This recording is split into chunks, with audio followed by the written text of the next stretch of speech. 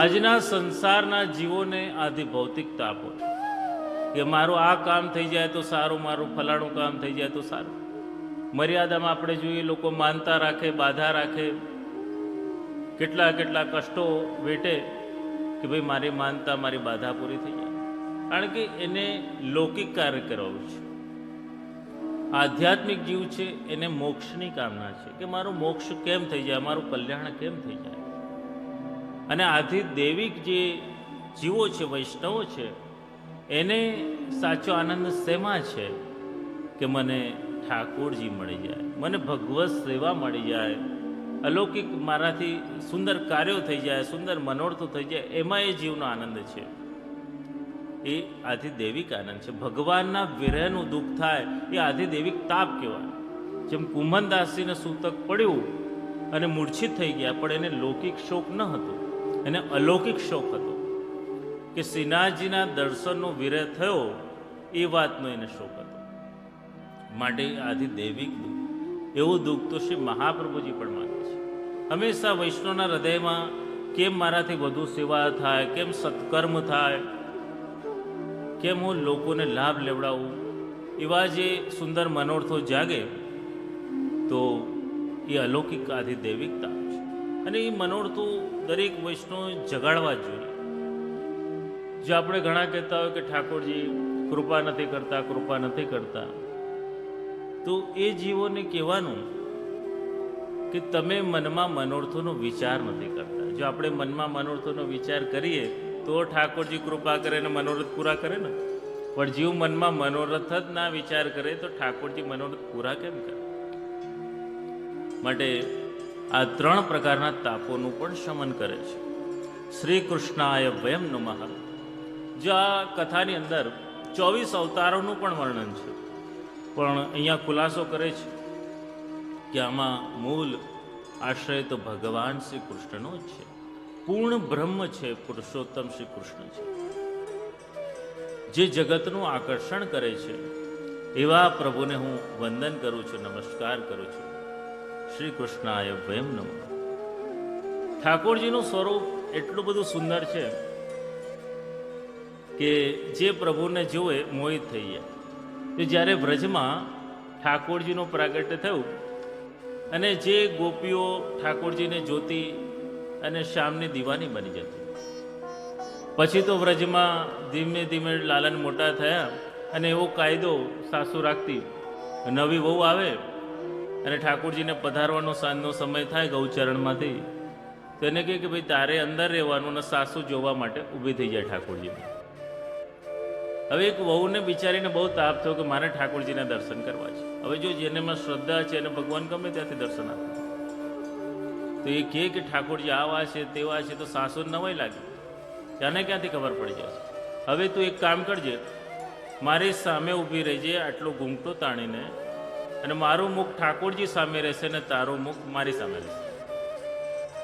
અને જો ઠાકોરજી એવી લીલા કરી, વહુનો બહુ તાપ હતો, ઠાકોરજીના દર્શન થાય અને ઠાકોરજી એવો સુંદર મજાનો વેણુનાદ કરતા કરતા પધારી રહ્યા છે અને એવો પવન ચાલ્યો કે એકદમ વહુનો ઘૂંઘટ ખુલી જાય છે અને સાસુના મુખ ઉપર એના વાળ આવી જાય છે અને વહુને સાક્ષાત ઠાકોરજીના દર્શન થઈ જાય છે, અલૌકિક લાભ મળી જાય છે. ઠાકોરજીનું એવું સુંદર સ્વરૂપ છે, એવો સાવલી સલોની સૂરજ છે કે જે જુએ છે એ મોહી જાય છે. દિલ દીવાના હો ગયા મેરા, દિલ દીવાના હો ગયા, દિલ દીવાના હો ગયા મેરા, દિલ દીવાના હો ગયા. ભગવાનનું સ્વરૂપ એટલું સુંદર છે કે જગતનું આકર્ષણ કરે છે. એવા પ્રભુને અહીંયા વંદન કર્યા છે, મંગલાચરણ કર્યું છે અને આગળ વંદન કર્યા છે આ કથાના મુખ્ય વક્તાને. સુખદેવજી આ કથાના મુખ્ય વક્તા છે. એકવાર જ્યારે શિવજી અને પાર્વતીજી એક ગુફામાં બિરાજમાન હતા અને શિવજી થોડીક વાર માટે બહાર જાય છે, એટલામાં નારાયણ નારાયણ કરતા નારદજી આવી જાય છે. પાર્વતીજીને કહે છે કે તમને ખબર છે આ શિવજીના ગળામાં જે મુંડકોની માળા છે કોની છે? પાર્વતીજી કહે છે કે મને નથી ખબર. સમજાવે છે કે આ મુંડકોની માળા બીજા કોઈની નથી પણ તમારી પોતાની છે. તમે વારંવાર તમારે જન્મ લેવા પડ્યા છે, તપ કરવું પડ્યું છે, શિવજીને પ્રસન્ન કરવા પડ્યા છે અને પછી એમને પામવા પડ્યા છે. શું વાત કરો છો? મારા આટલા બધા જન્મ થયા છે અને શિવજી પોતે અજન્મા થઈને ફરે છે. એનું શું કારણ છે? એમની પાસે અમર કથા છે અને એ કથા તમે વિનંતી કરો કે તમને પણ આપે તો તમારે પણ વારંવાર જન્મ ન લેવો પડે. અને સમજાવી દીધા પાર્વતીજીને અને જતા રહ્યા નારદજી. હવે શિવજી આવ્યા અને શિવજીને વિનંતી કરી કે મારે વારંવાર જન્મ લેવા પડે છે ને આપ તો અજન્મા છો, પાછું જન્મ લેવો પડે, તપ કરવું પડે, પ્રસન્ન કરવા પડે, એના કરતાં આપની પાસે જે અમર કથા છે મને આપી દો તો મારે વારંવાર જન્મ ન લેવો પડે. શિવજી કહે છે કે આ બહુ લાંબી કથા છે અને આ કથા મારે સમાધિમાં કહેવી પડે અને મને કેવી રીતે ખબર પડશે કે તમે સાંભળો છો? પાર્વતીજી કીધું કે હું હુંકારો ભરતી રહીશ, હું કરતી રહીશ. અને શિવજી કીધું કે બીજા કોઈના હાથમાં કથા ન જવી જોઈએ. તાળી પાડી અવાજ કરી જે કંઈ બી પક્ષીઓ હતા બધા ઉડી ગયા. એક સૂકનું બચ્ચું રહી ગયું હતું અને નેત્ર બંધ કરી શિવજી કથા કહેવાનું ચાલુ કર્યું. પાર્વતીજી સાંભળતા જાય છે અને એવી કથા ચાલે કે કથાની કંદરામાં નિંદ્રા આવી ગઈ. ઘણાને જો આજે પણ એવું થતું હોય છે, કથાની કંદરાઓમાં ખોવાઈ જાય, નિંદ્રા આવી જાય. તો પાર્વતીજીને નિંદ્રા આવી ગઈ, હું કરતા હતા અને અહીંયા હવે એમની જગ્યાએ સુખનું બચ્ચું એમની જેમ જ હું કરે છે. શિવજીને લાગ્યું કે પાર્વતીજી સાંભળે છે, આખી કથા કહી દીધી અને જ્યારે નેત્ર ખોલ્યા અને જોયું તો અરે પાર્વતીજી તો પડેલા છે. તો આ કથા સાંભળી કોણ હુંકારો પડતો હતો? અરે જોયું તો અરે આ તો સુખનું બચ્ચું. શિવજીને ચિંતા થઈ કે આ અમર કથા કોઈ અનાધિકારીના હાથમાં ન જતી રહે. ક્રોધિત થયા, ત્રિશૂલ ઉપાડ્યું, એને મારવા દોડે. સુખનું બચ્ચું આગળ ભાગે છે, પાછળ ભાગે છે. યમ પ્રવજંત મનુપેતમ પેત કૃત્યમ. અને ભાગતા વ્યાસ મુનિના આશ્રમમાં પહોંચી જાય છે. ત્યાં વ્યાસ પત્ની અરણીજીને બગાસો આવ્યું છે અને સીધો એમના અંદર પ્રવેશ કર્યો અને ત્યાં શિવજી રોકાઈ જાય છે. અરે આ તો ગુરુનું ઘર, ગુરુપત્ની, અહીંયા તો કંઈ ન થાય. શિવજી પાછા પધારી ગયા અને સુખદેવજી અરણીજીના ગર્ભમાં આવી ગયા. 1 વર્ષની, 2 વર્ષની, 3 વર્ષની, 16 વર્ષ સુધી એ હજી ગર્ભમાં છે. કારણ કે એમને ડર છે કે હું બહાર પધારીશ અને આ ભગવાનની માયા એ મને લાગુ પડી જશે તો. ભગવાન વચન આપે છે કે તને મારી માયા બાધા નહીં કરે. અને પ્રગટ થતાની સાથે ચાલવા લાગ્યા. યમ પ્રવજંત મનુપેતમ પેત કૃત્યમ. એમના કોઈ સંસ્કારો પણ નથી થયા, નથી નામકરણ સંસ્કાર થયું, નથી જનોઈ સંસ્કાર થયું, કોઈ સંસ્કારો નથી થયા. અપેત કૃત્યમ. અને સંસ્કારોની જરૂર એને પડે કે જેનામાં કોઈ વિકાર હોય. આ નિર્વિકારી છે એવા વૈરાગ્યવાન સુખદેવજી છે અને અપેત કૃત્યમ સીધા ચાલવા લાગ્યા. દ્વૈપાયનો વિરહ કાતર. વ્યાસજીને દ્વૈપાયન કહ્યા છે કારણ કે વ્યાસજીનો જન્મ દ્વીપમાં થયેલો છે એટલે એમનું એક નામ દ્વૈપાયનો છે. અને વ્યાસજીને ચિંતા થાય છે કે આ મારો પુત્ર એ કેમ દૂર જાય છે એને પાછો બોલાવી લો. વિરહ કાતર આજુ હાવ. પુત્ર રોકાઈ જા કરીને વ્યાસજી પાછળ ભાગે છે અને સુખદેવજી આગળ ભાગે છે. હવે જો અહીંયા બી સમજવાનું છે, બોલાવનારા કોઈ સાધારણ નથી. ભગવાનની જ્ઞાન કલાનો અવતાર છે વ્યાસજી, અને જનારા બી કોઈ સાધારણ નથી, સુખદેવજી છે. તો સુખદેવજી કેમ નથી રોકાયા? એનું કારણ એ છે, કારણ કે પુત્રેતિ તન્મય, પુત્રના સ્વરૂપમાં બોલાવે છે, દેહના સંબંધથી બોલાવ્યા છે, અને સુખદેવજીને કોઈ માયા નડતી નથી એટલે નથી રોકાયા. પણ જો સત્સંગ માટે બોલાયા હોત તો કદાચ રોકાઈ ગયા હોત. પણ પુત્ર શબ્દનો પ્રયોગ કર્યો, દેહના સંબંધથી બોલાયા, અને અમને કોઈ માયાના બંધનો નડતા નથી એટલે આગળ જતા નથી. તયા તરુ અભિનય દુસ્તમ સર્વભૂત હૃદય.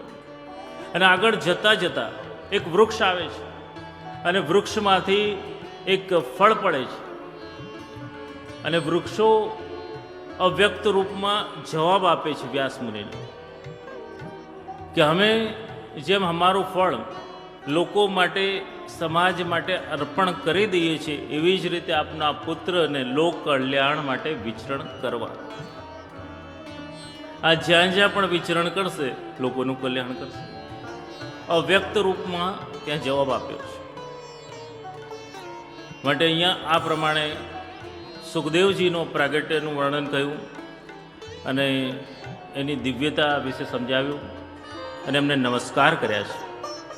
આગળ કથાના સાધારણ વક્તા જે કહેવાય છે સુત મુનિ, એમને નમસ્કાર કર્યા છે.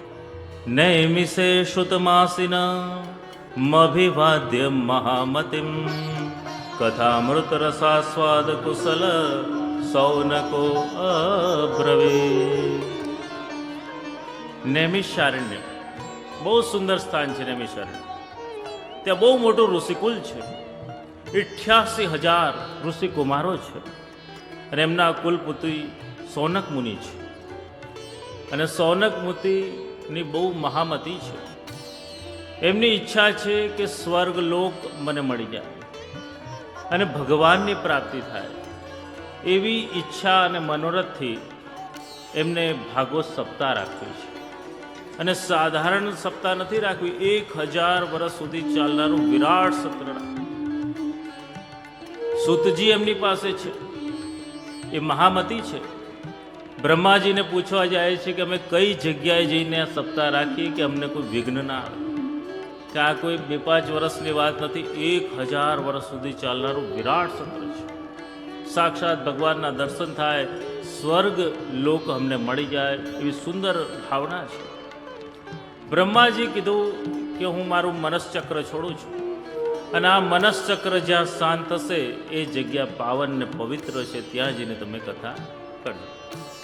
બ્રહ્માજી પોતાના મનમાંથી મનસ્ચક્ર છોડ્યું અને નૈમિષારણ્યમાં જઈ અને બ્રહ્માજીનું મનસ્ચક્ર શાંત થયું. જો નિમિષ કોને કહેવાય? આપણી આંખની પાપણો ખુલે અને બંધ થાય એટલા સમયને એક નિમિષ કહેવાય. એટલે આ નૈમિષારણ્ય એટલા માટે કહેવાય છે કે તમે એટલો સમય પણ પ્રભુનું નામ લો છો તો પ્રભુ તમારા ઉપર પ્રસન્ન થઈ જાય છે. એટલું પાવન ક્ષેત્ર આ નૈમિષારણ્ય કહેવાય છે. માટે નૈમિષારણ્યમાં આ સુંદર આયોજન રાખ્યું છે. એમના વક્તા સુતજી છે, અને દિવ્ય એમને પણ નમસ્કાર કર્યા છે, કારણ કે ભગવાનમાં એમની મતિ છે, એટલે સાધારણ વક્તાને પણ નમસ્કાર કર્યા છે. એમને પ્રશ્ન કરે છે સૌનક મુનિ કે અમારી અંદર જે અજ્ઞાનનો અંધકાર છે એ કેવી રીતે દૂર થશે? અજ્ઞાન ધ્વાંત વિધ્વંસ કોટિ સૂર્ય સમપ્રભ સુતાખ્યાય કથા સારમ મમ કર્ણ રસાયણમ. અમારી અંદર જે અજ્ઞાનનો અંધકાર છે એ આપની અમૃતમય વાણી દ્વારા અમારા અજ્ઞાનનો અંધકારને આપ નષ્ટ કરો. કારણ કે જ્યાં સુધી અંધકાર હશે અજ્ઞાનનો, તમારી સામે ભગવાન ઊભા હોય તો પણ તમને ન દેખાય.